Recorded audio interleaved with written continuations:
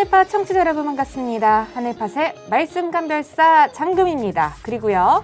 네, 안녕하세요. 하늘팟의 상큼이 레몬입니다. 네, 반갑습니다. 네. 자, 오늘 바이블 리뷰어 두 번째 편이 돌아왔습니다. 네, 두 번째라니.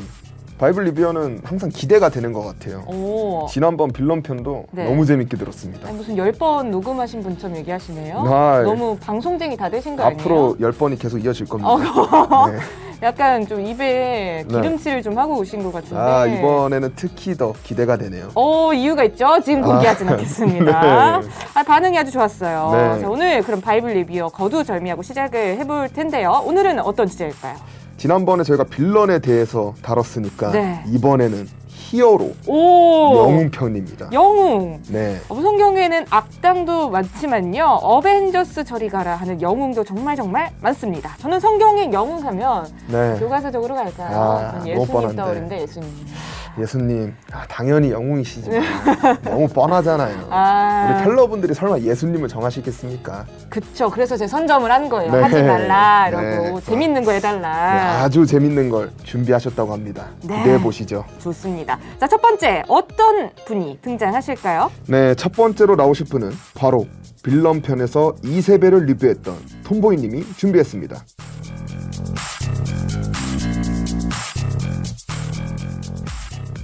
안녕하세요. 빌런 편에서 이세벨을 소개해드렸던 톰보이입니다. 청취자분들이 열정적일 때는 언제이신가요? 그리고 상대방을 위해서 희생까지 해줄 때는 어떤 경우일까요? 내가 인정받아야 할 때? 사랑하는 사람이 생겼을 때? 돈을 벌기 위해서 일을 할 때? 다양한 상황이 있을 텐데요. 저 같은 경우는요, 제가 좋아하는 드라마나 영화를 볼 때, 가족들과 시간을 보낼 때, 직장을 다닐 때 등 제가 소속감을 느끼는 곳이거나 저를 위해서 열정적이거나 희생을 할 때가 많은데요. 제가 소개해드릴 히어로는 자신만을 위한 삶이 아니라 세계 많은 사람들을 위해서 최고의 엄청난 열정, 희생과 사랑을 직접 몸소 실천했던 인물입니다. 오늘 설명드릴 히어로가 바로 성경의 한 획을 그었던 인물 사도 바울입니다. 기독교 최초로 이방인에게 복음을 전한 전도자이며 3회의 대전도 여행을 하며 이방인의 사도로서 사명을 다하셨으며 전생애를 전도에 힘쓰며 심지어 각지에 교회를 세웠고 로마서, 고린도전후서, 갈라디아서 등 거의 모든 신약을 다 썼다고 해도 과언이 아닙니다. 이거 아무래도 제가 무조건 최고의 히어로를 말할 텔러가 되겠다라고 생각합니다. 저 너무 들떠있나요? 성경 속 최고의 엄친아 사도 바울, 너무 유명한 히어로죠. 오늘 사도 바울이 어떤 영웅적인 면모를 가지고 있을지 저 톰보이와 함께 낱낱이 알아보시죠. 사도 바울 하면 다들 어떤 인물인지 한 사람이 떠오르시죠? 기독교에서는 모를 수가 없는, 사실 몰라서는 안 되는 인물이며 아마 대부분의 분들이 존경하며 되고 싶은 인물로 꼽히는 사람일 거예요. 근데 사도 바울이 처음부터 예수님을 열렬히 섬기던 사람이었냐? 그건 아니었어요. 이걸 알기 위해서는 사도 바울의 태생을 살펴봐야 되는데요. 근데 그 실례지만 네 맞습니까? 파는요?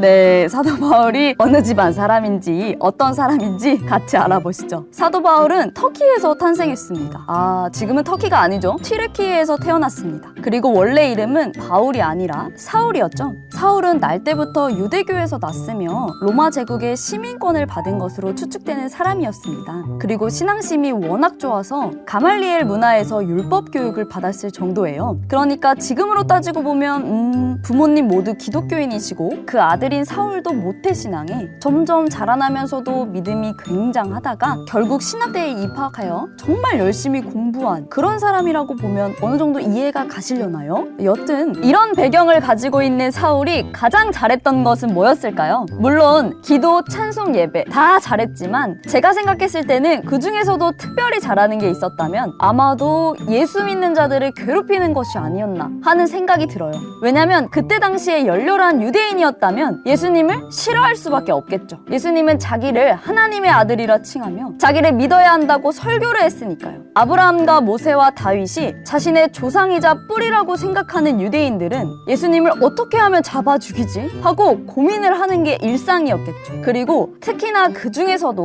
예수님과 그 믿는 사람들을 괴롭히는데 1등 1등 공신인 사람이 바로 사울이었습니다. 그러던 중에 아주 큰 사건이 터지게 됩니다. 사울은 열심히 예수님을 믿는 기독교인들을 괴롭혔지만 괴롭힘이 심해질지언정 예수님을 믿는 사람들은 오히려 날로 늘어만 갔죠. 그중 예수님의 12제자 외에도 믿음이 좋고 은혜와 권능이 충만한 사람들이 있었는데요. 그중 한 명이 바로 스데반이었습니다. 스데반은 특히 기사와 표적을 민간에 행할 정도로 능력이 있는 사람이었어요. 그날도 어김없이 사람들에게 예수님의 말씀을 전하고 있었습니다. 목이 곧고 만과 귀의 할례를 받지 못한 사람들아, 너희가 항상 성령을 거스러 너희 조상과 같이 너희도 하는도다. 이런 말을 유대인들과 사울이 있는 곳에서 한 거예요. 여러분들이 유대인이라고 생각을 해보세요. 빡치게 아니 제가 무슨 말을, 화가 있는 대로 나겠죠. 태어날 때부터 할례를 받고 하나님의 백성이라고 생각하는 유대인들과 사울에게 스데반이 할례 받지 못한 자라고 하는데 그 말에 반박도 못하겠으니 화가 날만합니다. 그래서 사울과 유대인들은 스데반을 성 밖으로 내치고 돌로 칩니다.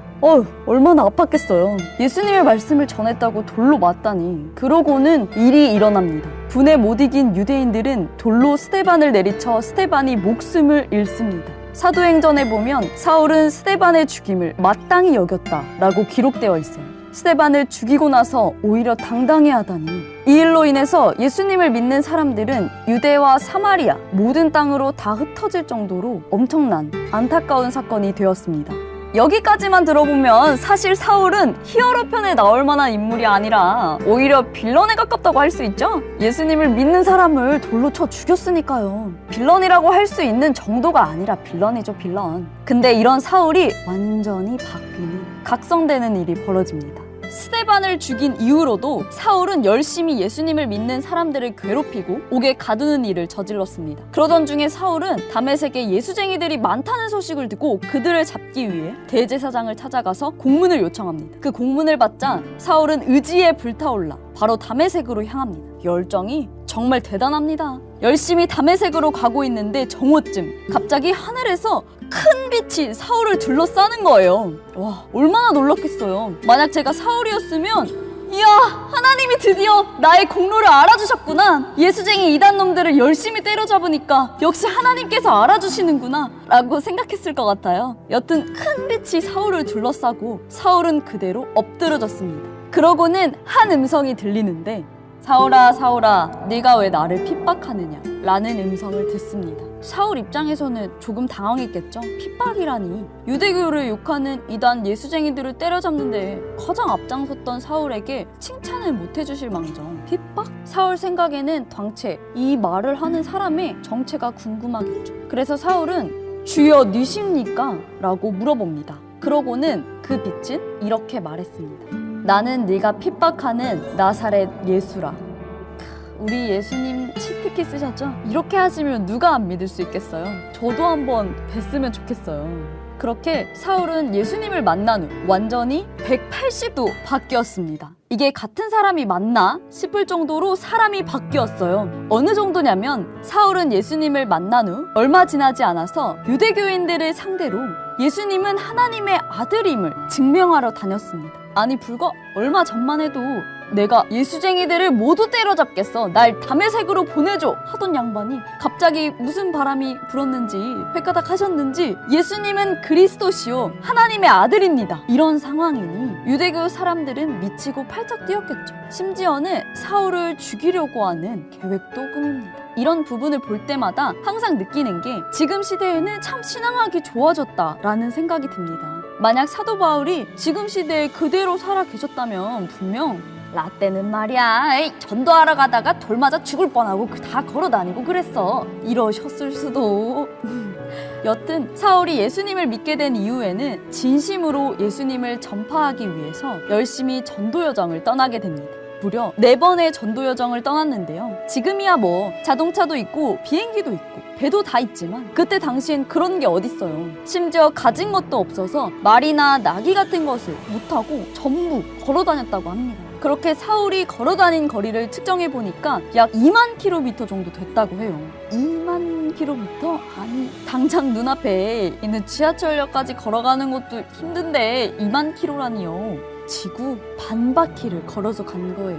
대박 사건 정말. 대단하죠. 전도 여행 때 있었던 일들을 몇 개만 얘기해 보면요. 첫 번째 전도 여정은 키브로스 섬으로 갔었는데 거기에는 스스로를 바예수, 그러니까 구원자의 아들이라고 칭하는 한 마술사가 있었어요. 이 마술사가 키브로스에 있는 총독으로 하여금 사울의 말을 못 듣게 하는 상황이었죠. 이를 본 사울은 그 마술사에게 이 마귀의 자식, 너는 맹인이 되어서 해를 못 볼 거다 라고 하니까 정말 그 마술사는 앞을 보지 못하게 됐습니다. 그 사건을 지켜본 총독은 예수님을 믿게 되기도 했고요. 이 일을 시작으로 사울은 자신의 다른 이름인 바울로 불리게 됩니다. 여러분이 잘 아시는 작은 자라는 이름으로 불리게 된 것이죠. 2차 전도 여행은 튀르키예로 떠나셨었고요. 3차 여행은 최장거리로 꼽히는 갈라디아와 프리기아, 사실 여기도 현 튀르키예에 있는 지역이죠.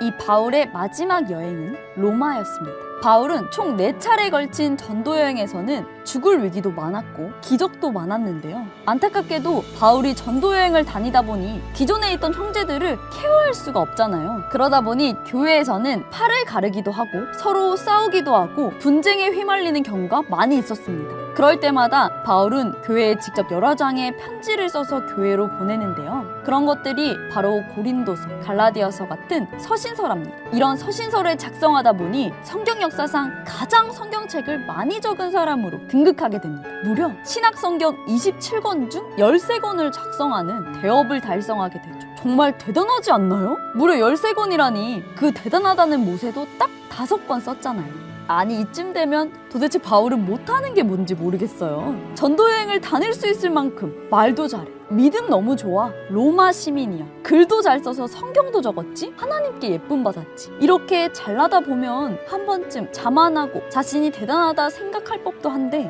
우리의 히어로 바울은 전혀 그렇지 않았습니다. 자신의 의를 전혀 드러내지 않고 오직 하나님의 의로우심을 드러내며 일평생을 살았죠. 그렇게 하나님의 말씀을 열심히 전하던 바울은 나이가 들어서까지 예수님을 전파하는데 온 힘을 다한 바울은 로마에서 당시 황제였던 네로에게 붙잡혀 처형을 당함으로 순교로 끝을 맞이하게 됩니다. 이렇게 우리의 히어로 바울에 대해서 정리를 해보았는데요. 청취자 여러분들 어떠셨나요? 정말 대단한 업적을 이루어낸 사람이라는 생각이 단번에 드는 그런 인물이죠. 태생부터 남들의 존경을 받으며 풍족하게 살 수 있었지만 그 삶을 포기하고 자신의 온몸을 바쳐 예수님을 세계 방방 곳곳에 알리기 위해 모든 힘을 불사른 바울. 일각에서는 이런 주장도 있더라고요. 바울이 없었으면 기독교가 전 세계에 퍼지는데 수백 년은 더 걸렸을 것이다. 그리고 이렇게 자신의 영향력이 커지면 정말 교만해질 수도 있는데 끝까지 자신의 부족함까지 돌아보고 사람들에게 본을 보이는 사도 바울. 정말 그는 하나님께 최선을 다한 멋진 분이십니다. 이런 대단한 인물이 히어로가 아니면 누가 히어로를 할 수 있겠어요? 성경 속 진정한 히어로 바울의 이야기는 여기서 마무리하도록 하겠습니다. 지금까지 톰보이였습니다. 청취해주신 여러분들 감사합니다. 네, 이렇게 영웅 바울에 대해서 듣고 왔습니다.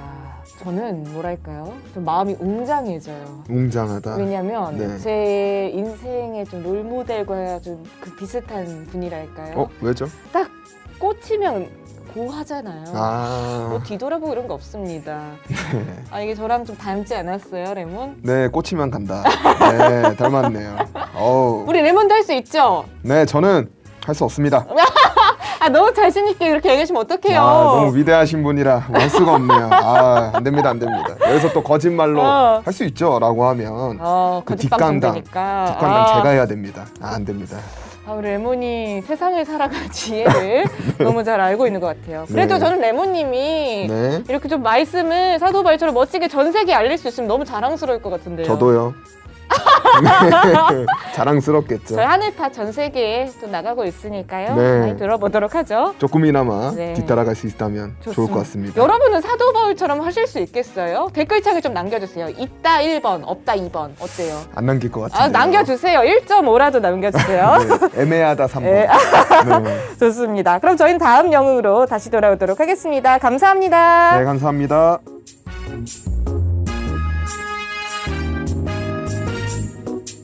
바이블 리뷰어 영웅편 재밌게 들으셨나요? 최고의 영웅을 뽑는 투표가 마지막 편에 올라갈 예정이니까요. 많은 참여 부탁드리겠습니다. 투표에 참여해주신 분께는 추첨을 통해 스타벅스 기프티콘을 드리니까요. 최고의 영웅은 과연 누가 될지. 너무 궁금하다. 궁금해.